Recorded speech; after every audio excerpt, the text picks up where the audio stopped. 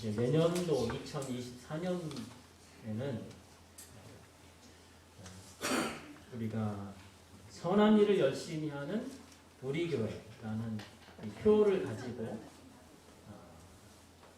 우리 교회가 선한 일에 열심을 내는 그런 교회가 되기를 소망합니다. 하나님의 백성에게 선한 일을 열심히 하라는 이 가르침은 성경에 참 많이 있습니다.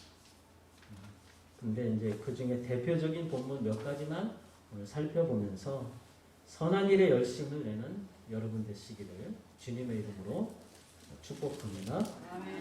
먼저 사도행전 10장 38절을 같이 읽겠습니다. 시작. 하나님이 나사렛 예수에게 성령과 능력을 기름붓듯 하셨으니 그가 두루 다니시며 선한 일을 행하시고. 사도행전 10장은 베드로의 설교가 들어있죠. 누구에게 했냐면 로마의 군대 장교죠. 장교 고넬료에게 한 설교입니다. 고넬료는 누구냐? 그는 이제 백부장입니다. 100명의 부하를 통솔하는 장교죠. 그는 2절에 보면은 하나님을 경외하는 사람이었습니다. 그리고 늘 구제에 힘쓰고 그리고 날마다 항상 기도하는 사람이라고 소개되고 있어요. 그가 어느 날 기도를 하는데 천사가 나타납니다. 환상 중에 그가 하는 말이 내 구제와 내 기도가 하나님께서 기억하고 계시다. 그런데 가까운 거리에 있는 욥바라는 곳에 가서 베드로를 초대하라. 이렇게 말씀을 드리라는 거죠.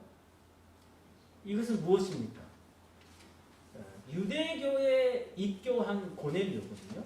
근데 유대교의 기준으로 보면 정말 모범적인 신앙을 가진 사람입니다. 근데 그것만으로는 충분하지가 않은 거죠. 베드로를 초대를 해서 복음을 듣고 어떻게 해요? 거듭나야 할 필요성이 있다라는 거죠. 그래서 고넬료는 이제 베드로를 초대합니다. 베드로는 고넬료 집에 가정에 말씀을 전할 때 예수님의 그 사역을 아주 짧게 요약을 합니다.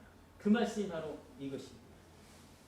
그래서 하나님의 나사렛 예수님에게 성령과 능력을 기름붓듯 하셔서 그래서 예수님이 무엇을 하십니까? 선한 일을 행하셨다고 말씀하십니다. 선한 일이 무엇인지는 나중에 다시 말씀드리도록 하겠습니다. 자, 에베소서 2장 10절입니다. 시작. 우리는 그가 만드신 자 그리스도 예수 안에서 선한 일을 위하여 지으심을 받은 자입니다. 에베소서 2장은 또 어떤 말씀이냐면 우리가 죄와 허물로 죽었던 옛사람의 모습에 대해서 말씀해 주죠. 옛사람의 모습이 어떤 모습입니까? 공중의 권세 잡은 자를 따랐다는 거죠. 그럼 공중의 권세 잡은 자를 따르는 그 삶의 모습이 무엇일까요? 그것이 바로 불순종입니다. 마귀의 그 공중 권세 잡은 자, 마귀를 따르는 자의 삶의 특징이 한마디로 불순종인 거예요.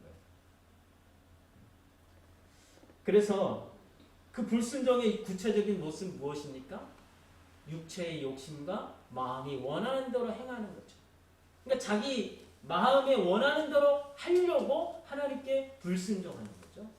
이런 모습들이 바로 진노의 자녀의 모습이었습니다. 그런데 긍휼이 풍성하신 우리 하나님이 우리를 심판하지 않고 예수 그리스도와 함께 살리시고 또 함께 또 일으키시고 또 함께 하늘에 앉히시는 은혜를 베푸셔서 우리가 하나님의 거룩하신 그분의 자녀가 되었죠. 그래서 이것은 새 창조와 같습니다. 그가 만드신 바라고 말씀하죠. 그래서 지으심을 받았어요. 무엇을 위해서? 선한 일을 위하여 지으심을 받았다고 말씀해 주십니다. 또 또 디모데후서 3장 같이 읽습니다. 시작. 성경은 능히 노로하여 그리스도 예수 안에 있는 믿음으로 말미암아 구원에 이르는 지혜가 있게 하느니라. 모든 성경은 하나님의 감동으로 된 것으로 교훈과 책망과 바르게 함과 의로 교육하기에 유익하니 이는 하나님의 사랑으로 온전하게 하며 모든 선한 일을 행할 능력을 갖추게 하려 합니다. 아멘. 이 말씀은 이제 사도 바울이 믿음의 아들 디모데에게 하는 그 말씀이죠. 그래서 성경의 능력에 대해서 말씀해주고 있습니다. 자, 성경은 능히 그리스도 예수 안에 있는 믿음으로 말미암아 구원에 이르는 지혜가 있게 합니다. 자, 성경의 지혜는 뭘까요? 슬기롭다는 말이 아니에요. 이것을 말고 하나님만이 구원자이시고 하나님만이 심판자이시고 그래서 하나님의 은혜와 긍휼과 자비가 아니면 나는 멸망당할 수밖에 없다는 것을 아는 자로서 그래서 하나님을 의지하는 믿음이 있는 것을 지혜가 있다. 이렇게 말씀하는 겁니다. 그래서 하나님을 경외함이 지혜의 근본이라 성경 그렇게 말씀하고 있죠. 그래서 사도 바울은 이 성경을 통해서 구원에 이르는 지혜가 있는 이유가 뭐냐? 그것이 바로 하나님의 모든 성경은 하나님의 감동으로 된 것이기 때문이라고 말씀해 주죠. 하나님의 감동이 뭘까요? 여기서 말하는 감동은 바로 호흡을 말합니다. 성령으로 번역하기도 하고 영으로 번역하기도 해요. 그래서 하나님의 성령에 의해서 성경이 기록되었다는 거죠. 그래서 이 성경을 읽으면 구원에 이르는 지혜를 얻습니다. 믿음을 얻는다는 거죠. 그래서 이 성경은 이제 구원을 얻잖아요. 구원. 그럼 구원받은 사람이 어떻게 사느냐에 대해서도 말씀해 주는 거죠. 그게 뭡니까? 교훈과 책망과 바르게 함과 의로 교육하기에 유익하니 이는 하나님의 사랑으로 온전하게 하며 모든 선한 일을 행할 능력을 갖추게 하려 합니다. 그러니까 구원받은 사람으로 하여금 선한 일을 행할 능력을 갖추게 한다고 말씀해 주십니다. 그러니까 구원받은 이후에 그냥 내 멋대로 사는 게 아니죠. 내 생각대로 내가 옳은 대로 사는 게 아니에요.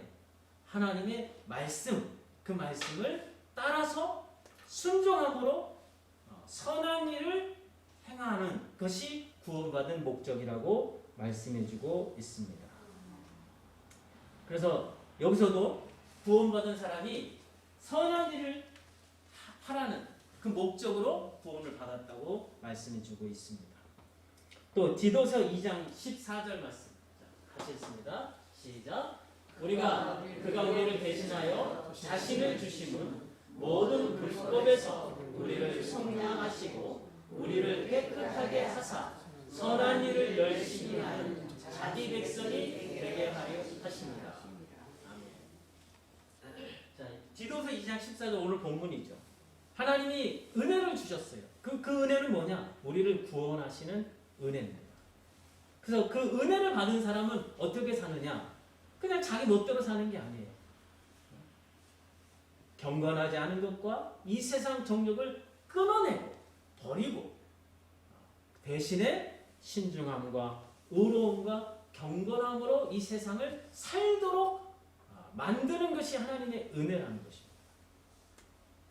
그래서 하나님의 은혜 안에 있는 사람은 죄를 범하지 않습니다.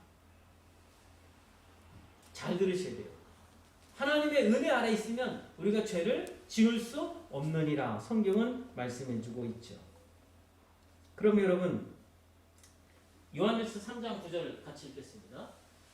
시작. 하나님께로부터 난 자마다 죄를 짓지 아니하나니 이는 하나님의 씨가 그의 속에 거하느니요 그도 범죄하지 못하는 것은 하나님께로부터 났습니다. 아멘. 자, 여기서 분명한 게 뭐냐면 하나님께로부터 난 자, 성도가 된 사람은 죄를 짓지 않습니다. 그 이유는 뭐냐? 하나님의 씨가 그의 속에 있기 때문입니다. 그럼 하나님의 씨가 뭘까요? 여러 가지 뭐 해석이 있지만 대부분은 이제 성령 하나님이라고 해석을 하기도 합니다.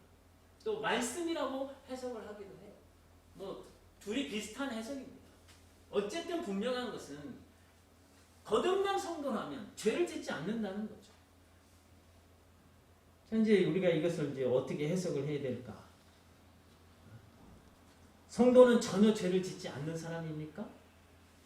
그렇다면 우리 중에 성도가 있을까요? 자신이 없죠.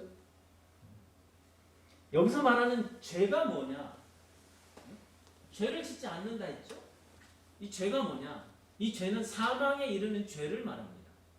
성경에는 사망에 이르는 죄가 있고 사망에 이르지 않는 죄가 있는 거예요. 그럼 사망에 이르는 죄는 뭐냐? 바로 죄를 졌어요. 하나님을 거역했어요. 근데 그 죄 가운데 머물고 있는 것. 그게 바로 사망 아래에 있는 겁니다. 하지만 죄를 졌어요. 우리도. 하나님을 거역했습니다. 우리 육체의 욕심 때문에 거역했어요. 넘어졌어요. 근데 그 자리에 머물지 않아요. 아, 내가 죄를 졌구나. 그래서 죄를 아파하고 그래서 하나님 앞에 회개합니다. 그래서 예수 그리스도를 다시 의지하고 예수 그리스도를 붙들고 일어나는 거죠. 그 사람은 바로 하나님의 죄 용서함을 받게 되고 그래서 그가 사망에 이르지 않게 되는 거죠. 이것이 바로 죄를 짓지 않는다는 의미입니다. 그렇죠? 우리는 죄를 졌어도 회개함에 이르기 때문에 정죄함이 없는 거예요. 예수 그리스도 안에서. 그분의 은혜 안에서 우리는 죄와 사망에로부터 해방이 되고 다시는 정죄함이 없게 된다는 이 차원에서 우리가 죄를 짓지 않는다. 이렇게 성경은 표현하고 있는 줄로 믿습니다. 그래서 디도서 2장의 이 본문 말씀은 우리가 은혜 아래 있다면 이제 구원을 향해서 살아가게 되는 거예요. 근데 이 구원을 향해서 살아갈 때 경건하지 않은 것과 이 세상 정욕은 끊어내고 신중함과 의로움과 경건함으로 세상을 살아가도록 만들어주고 있다는 사실입니다. 그래서 우리가 오해하지 말할 것은 우리가 구원을 받기 위해서 선한 일을 행하는 게 아니라는 겁니다. 그렇죠? 여러분 우리가 왜 선한 일을 행합니까? 구원받기 위해서 하는 게 아니에요. 그렇다면 구원받기 위해서 행하는 선한 일이라면 그게 투자지. 순수하게 선한 일이 될 수가 없죠. 그렇지 않습니까? 내가 구원을 얻기 위해서 선한 일을 행함으로써 얻는다면 그거는 투자하는 거지 선한 일이 될 수가 없는 거예요. 분명한 기독교의 복음의 핵심은 우리의 구원은 전적으로 하나님의 은혜라고 말씀하고 있습니다. 그 은혜는 어디에 있습니까? 예수 그리스도 안에 충만합니다. 그래서 그 안에서 예수 그리스도 안에서 그분의 은혜를 받을 때 그 은혜는 반드시 진리와 함께 온다는 사실을 우리가 익히 잘 알고 있습니다. 자, 인간을 구원하시려는 성부 하나님의 뜻을 성자 예수님께서 받들어서 이 땅에 오셨죠. 그래서 하나님의 그 뜻에 온전히 예수님이 순종하셨습니다. 그래서 예수님이 십자가에 죽으실 때 뭐라고 그러십니까? 다 이루었다. 다 지불되었다. 이렇게 선언하실 수 있는 거예요. 그래서 우리는 구원을 얻기 위해서 그 누구도 다른 사람이 아니라 오직 예수 그리스도 한 분만으로 충분한 줄로 믿습니다. 그래서 사도행전 4장 12절에서 말씀하죠. 다른 이로서는 구원을 받을 수 없나니 천하 사람 중에 구원을 받을 만한 다른 이름을 우리에게 주신 일이 없다. 이렇게 선언해 주십니다. 그것이 가톨릭과 우리의 차이예요. 가톨릭은 성인들을 많이 숭배하죠. 성인들을 숭배하는 이유가 무엇입니까? 성인이 쌓은 그 덕을, 그 공로를 나에게 좀 달라고. 잉여 공로라고 해요. 성인들은 100점이 아니라 105점, 110점을 받은 사람들이라는 거죠. 그러니까 남은 그 점수를 100점 이상이 되는 그 남은 점수를 나에게 좀 달라는 거예요. 그래서 성인들에게까지 기도를 합니다. 근데 우리는 전혀 그렇지 않습니다. 오직 예수 그리스도 그분만이 우리 구원을 위해서 100점짜리 구원을 다 이루셨기 때문에 다른 누구를 의지할 필요가 없는 거예요. 오직 예수 그리스도만이 우리 구원의 충분한 은혜의 구원자가 되시는 줄로 믿습니다. 그러면 이제 우리가 왜 선한 일을 행해야 될까요? 그래서 여기서 선한 일을 우리가 정의를 내려야 합니다. 만약 선한 일이 그냥 착한 일을 하고 적선을 하고 뭐 가난한 자 돕는다거나 어려운 사람들 위로해주고 격려해주고 돕는 것, 그것이 선한 일이라면 우리가 예수를 안 믿어도 얼마든지 할 수 있어요. 그렇지 않습니까? 다른 종교를 가져도 얼마든지 그렇게 하는 거예요. 굳이 기독교를 안 믿어도 괜찮다는 거죠. 그래서 이 선한 일은 무엇인가 하는 걸 정확하게 우리가 이해를 해야 합니다. 여러분, 인간에 대한 성경의 증거가 무엇입니까? 우리 인간의 본성에 대해서 성경은 뭐라고 증거하십니까? 만물보다 거짓되고 부패한 것이 사람의 마음이라고 했습니다. 또 다윗의 고백이 무엇입니까? 나는 죄 중에 잉태되고 죄악 중에 출생했다는 거예요. 그래서 하나님 앞에 그가 뭐라고 고백을 합니까? 뭐라고 기도를 합니까? 정직한 영을 달라고. 내 마음을 새롭게 해달라고 기도를 하잖아요. 여러분, 다윗이 얼마나 신앙의 사람입니까? 그렇잖아요. 하나님은 다윗을 내 마음에 합당한 사람이다. 내가 그를 통해서 내 뜻을 다 이루리라. 이렇게 말씀하신 그 신앙의 사람 다윗도 그조차도 그 마음이 부패한 걸 알았는 거예요. 그래서 하나님 앞에 그 마음을 달라고, 정직한 영, 새로운 마음을 달라고 기도를 해야 했다라는 거죠. 이게 우리 인간의 모습입니다. 그래서 인간은 선한 이도 없거니와 선한 일을 행할 수도 없다고 성경은 말씀하고 있습니다. 그렇죠? 그래서 선을 행하는 자는 없나니 하나도 없다. 이렇게 선언하시는 거예요. 그래서 예수님 뭐라고 했습니까? 선한 이는 오직 한 분뿐이라. 하나님 아버지 한 분만이 선한 분이시라고 말씀하죠. 이 말이 무엇입니까? 선한 일은 하나님 외에는 불가능하다는 거예요.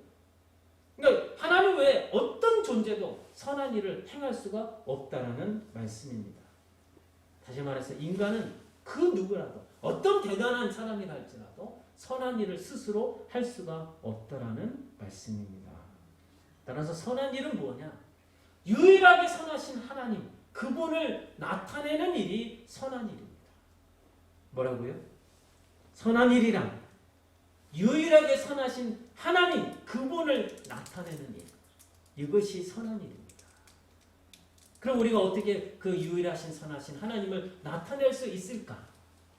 바로 그분의 뜻에 순종함을 통해서 그분의 선하심을 나타내게 되는 줄로 믿습니다. 이것은 내 의지와 내 노력과 내 능력으로 되는 게 아니에요. 우리가 하나님보다 더 능력이 많으면 그게 가능하겠지만 그렇지 않습니다. 그래서 내 의지, 내 노력, 내가 옳다고 생각하는 거 다 부인해야 돼요.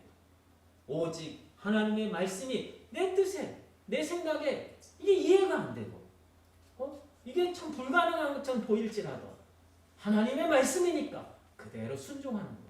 그럴 때 하나님의 능력과 지혜와 그분의 선하심이 유통이 되는 줄로 믿습니다.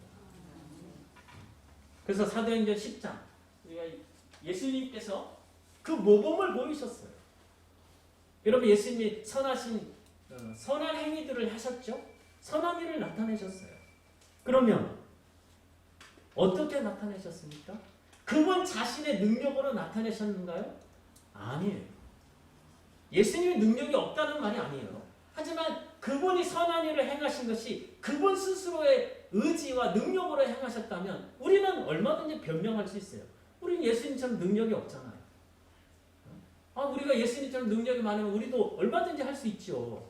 근데 그렇지 않잖아요. 그런데 예수님조차도 그분 자신의 능력으로 행한 게 아니라고 성경은 말씀하고 있습니다. 그럼 무엇으로 행하셨어요? 바로 성령과 능력을 기름 붓도록 하셨으며 그가 두루 다니시며 선한 일을 행하셨다는 거예요. 이 말이 무엇입니까? 성령 하나님의 충만하심으로 선한 일을 행하셨다는 것입니다. 따라서 우리도 가능하다고 말씀해 주는 줄로 믿습니다. 어떻게 해요? 성령으로 충만하면 선한 일을 행할 수 있다는 거죠. 그러면 성령으로 충만하다는 게 무엇입니까? 성령 하나님은 진리의 영으로서 예수 그리스도께로 우리를 인도하시죠. 예수님의 말씀을 가르쳐 주시고 기억나게 하시고 생각나게 하십니다. 그래서 성령 하나님은 성령을 통해서 우리에게 다가오시고 말씀하시고 인도하신다는 거예요. 그래서 우리가 성령 하나님의 인도하심에 순종할 때 선한 일을 우리도 행하게 될 줄로 믿습니다. 사랑하는 성도 여러분, 우리가 구원받은 목적은 무엇입니까? 선한 일을 행하기 위함이라는 사실입니다. 근데 이 선한 일은 세상에서 말하는 착한 일이 아니에요. 윤리 도덕적인 그런 일이 아닙니다. 온전히 선하신 하나님 한 분, 유일하신 선하신 그분을 나타내는 일이 선한 일이라는 사실을 기억하시기 바랍니다. 그래서 우리의 선한 일은, 우리가 선한 일을 행하는 것은 어떤 다른 목적이 있는 게 아니에요. 무슨 구원을 얻기 위해서 하는 것도 아니잖아요. 우리가 세상에 영광을 얻기 위한 것도 아니에요. 왜? 선하신 그 하나님을 나타내는 일이 우리에게 기쁨이고 영광이고 복이 되니까 그 일을 하는 것인 줄로 믿습니다. 그렇죠? 선하신 하나님을 나타내는 일이야말로 우리에게 가장 기쁜 일입니다. 선하신 하나님을 나타내는 일이 우리는 그 일만 하고 우리는 아무런 혜택이 없을까요? 물론 혜택을 위해서 그 일을 한다는 말씀이 아닙니다. 선한 일 하신 그 하나님을 나타낼 때 그분의 영광이 드러나는 거잖아요. 그래서 우리 그 영광에 우리는 동참하는 것이고 우리가 그분의 영광을 동참하는 것이 바로 우리의 기쁨이고 복됨이 되기 때문에 우리에게 선한 일을 행하라고 요청하시는 줄로 믿습니다. 이제 2024년도 우리가 새해를 시작하면서 여러분 모두가 선하신 하나님을 나타내는 이 일에 열심을 내셔서 그래서 여러분의 삶에 하나님의 영광과 복되심이 충만하고 여러분이 그 영광을 누리는 그 새해가 되시기를 우리 주님의 이름으로 축복합니다. 하나님 아버지 감사합니다. 죄와 홀로 죽었던